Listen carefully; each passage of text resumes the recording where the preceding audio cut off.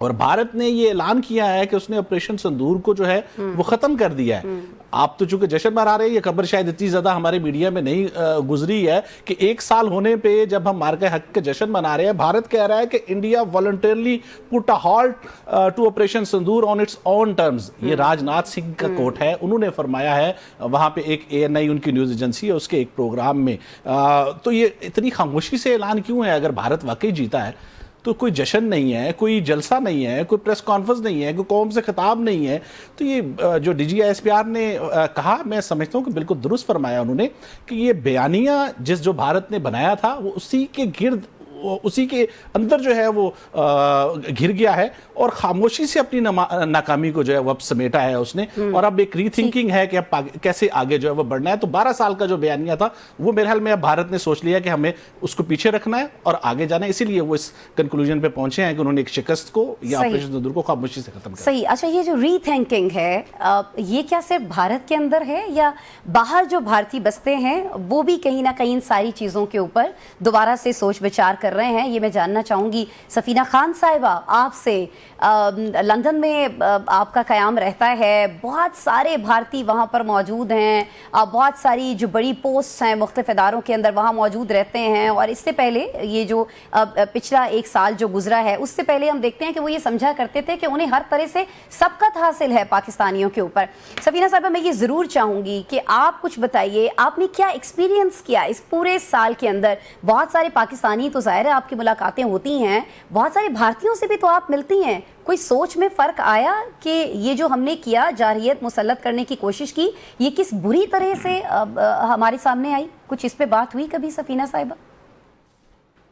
Asma, thank you so مچ. آپ کا اور آپ کے پینلسٹ کو بھی بہت بہت مبارکباد جو آج ہم جس چیز منا رہے ہیں. پاکستان سرخرو ہوا اور یہ سب کچھ ہماری مسلح افواج, چاروں مسلح افواج کے باعث ہی ہو سکا کہ آج ہم سر فخر سے اٹھا کر جو ہے وہ بات کر رہے ہیں, جشن منا رہے ہیں. دوسری طرف جو بھارت ہے وہ اپنے تمام ناکامیوں کو, اپنی تمام عبرتناک شکست کو رول بیک کر رہا ہے. میں یہ 12 سال کا نہیں کہتی ہوں, میں کہتی ہوں 75 ایئرس سے بھی زیادہ کا عرصہ ہے جو وہ پاکستان کے خلاف پروپیگنڈا کرتے ہوئے بڑی ہی کامیابی کے ساتھ جو ہے 2026 تک پہنچا.